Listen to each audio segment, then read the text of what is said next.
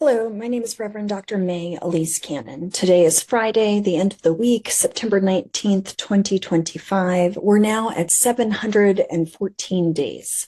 It is hard to fathom approaching the 2-year mark of war, displacement, hunger, violence, bombing, with the most devastating effects being on the 2+ million people that live in the Gaza Strip. As of 1 p.m. Eastern Standard Time today, Israeli forces killed 36 people in Gaza since dawn. The Israeli army has been mobilizing near the heart of Gaza City, forcing tens of thousands of Palestinians onto coastal roads in a bid to drive them out of the Strip's main urban center. People in the besieged Gaza City reported to Al Jazeera about non-stop attacks. These include strikes by drones, fighter jets, and blasts from remote-controlled robots. This is while the Israeli military blows up entire neighborhoods as it advances through the city. Israel's war on Gaza has believed to have killed at least 65,141 people. Those wounded is 165,925 since October 2023. It's believed thousands more are still under the rubble, even as more rubble is being created. Dozens of Israeli tanks yesterday entered Sheikh Radwan, a major residential district in Gaza City. The district's considered one of the city's most densely populated areas. Israeli strikes have cut off the phone and internet services in the city. This makes it harder for Palestinians to call for help. The Palestinian Telecommunications Regulatory Authority reported the Israeli military said it's looking into the incident and does not deliberately target public communication networks. No food aid has entered into North Gaza since Friday. The UN Office for the Coordination of Humanitarian Affairs said yesterday. So we're talking about a week ago Friday. They said the Israeli military closed the most important border crossing called Zakim on that date. According to the office, aid groups have grave concerns over fuel and food stock depletion. Separately, the Israeli military agency that manages aid to Gaza, COGAT, that's the Coordination Office for Government Affairs. I can't tell you exactly what the acronym stands for off the top of my head, but they said that there were 230 aid trucks that entered into Gaza on Tuesday, including through the Zakim crossing. COGAT declined to explain the discrepancy between its account and what the UN actually reports. So in other words, COGAT is saying trucks are being allowed in. The UN is saying that's not true. The destruction in Gaza could be turned into a real estate bonanza under a plan that is currently on the table in front of President Trump. Israeli Finance Minister Smotrich said this yesterday. I think I might have even mentioned it in yesterday's update. Smotrich also said that he started negotiation with the Americans because Israel paid a lot of money for this war. So we have to divide how we make a percentage on the land marketing later in Gaza. The Palestinian death toll has now officially surpassed, as I mentioned, 65,000 people. We're at 65,141. In terms of the occupied West Bank, the Israeli army announced that it had arrested 3 Palestinians who were suspected of manufacturing rockets in a West Bank village called Kfar Nima. This is near Ramallah.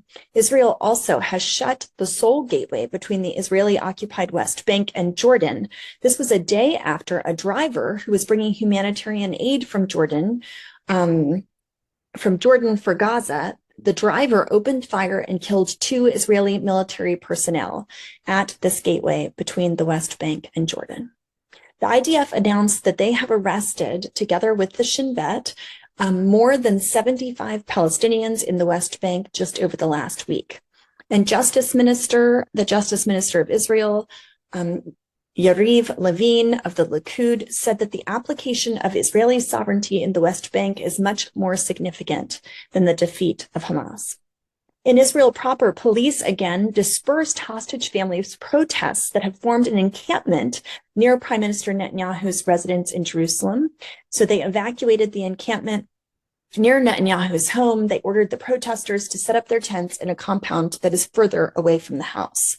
4 protesters, including Israeli conductor Alon Volkov, were arrested at a protest against the war on Gaza near the border near Ra'im. Anti-war demonstrations were held near the Ramat David and the Tel Nof Air Force bases. They were attended by dozens of people in Israel. Moving on towards Iran, Iran has said that the E3 countries, I wasn't sure at first who that was, Britain, France, and Germany, the E3 countries' actions gravely undermine diplomatic processes. So that is coming from Tehran. The Iran Foreign Ministry said that it's illegal, unjustified, and provocative, and it gravely undermines diplomatic efforts.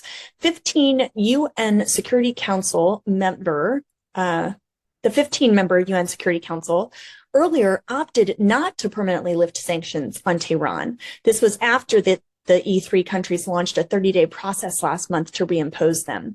They accused Tehran of failing to abide by a 2015 deal with world powers that was aimed at preventing it from developing a nuclear weapon. Iran has denied having any such intention.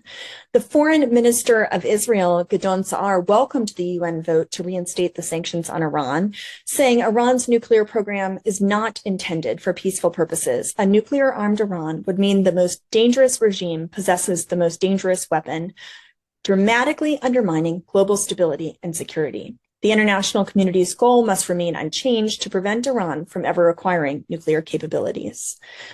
Israel is the enemy, not Hezbollah, so says the Hezbollah chief, who's calling on Saudi Arabia to turn a new page.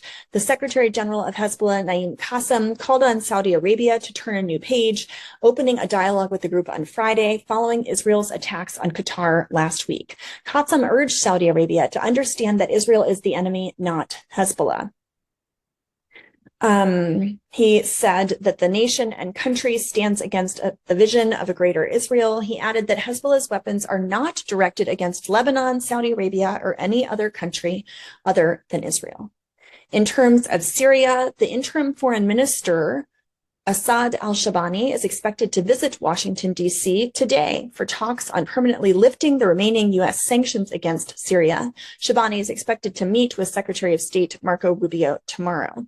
Some top-ranking U.S. diplomats working on Syria have been abruptly let go from their posts in recent days. The diplomats who were let go reported that the U.S. Special Envoy to Syria, Tom Barak, they reported directly to Tom Barak. One of the sources said that the departures would not affect U.S. policies in Syria, while a Western diplomat suggested that the move was driven by divergence in views between the staffers and Barak on the Kurdish-led Syrian Democratic Forces and Syria's interim president, Ahmad al-Shara. In terms of international news, the U.S. has vetoed a crucial UN Security Council resolution that is demanding an immediate and unconditional permanent ceasefire in the Gaza Strip. 14 of the member states voted in favor of the ceasefire agreement, and the U.S. vetoed. God have mercy. French President Palestinian has said that the Palestinian Authority just arrested suspects in a 1982 Paris restaurant attack. So this was an attack on a Paris restaurant in 1982. President Macron announced today that the PA arrested a suspect on that attack in 1982 in Paris at the Goldenberg restaurant, killed 6 people. The president said that France is waiting for this person's extradition and welcomed the cooperation with the Palestinian Authority. A French source told Haaretz that the arrested suspect played a prominent role in the attack and that the French consul general in Jerusalem and the consulate staff led in the effort to arrest him in cooperation with the PA. The UN has decided to allow Palestinian President Abbas to speak via video after the United States denied visas to members of the PLO and the PA. So the UN General Assembly voted today on Friday to allow Abbas to address the annual gathering of world leaders next week. That will be by video since he does not have a visa to the United States. The resolution received 145 votes in favor and 5 votes against, while 6 countries abstained. An Israeli Defense Forces spotter, one of the women who survived Gaza captivity, reported to the UN and said that she was afraid for her life at every moment. Naama Levy, one of the 6 field spotters abducted on October 7th, spoke at an event at the United Nations. She said she was kept in unbearably unbearable sanitary conditions with the constant fear that every moment would be her last. She said she suffered severe malnutrition, indescribable hunger, and many untreated injuries. She was moved from one hiding place to another. There were periods of time when she was completely alone, secluded from any human interaction, and in other instances, she was with other young women, some of whom were severely wounded and left untreated.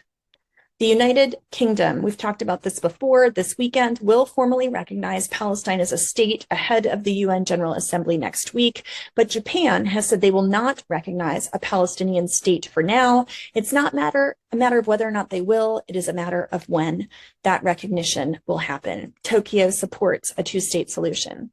So that's the update from the last 24 hours. The situation in Gaza City and throughout the entire Gaza Strip continues to be catastrophic. Our efforts are all the more important. May we not give up hope. May we continue to work towards peace. In the name of Christ, amen.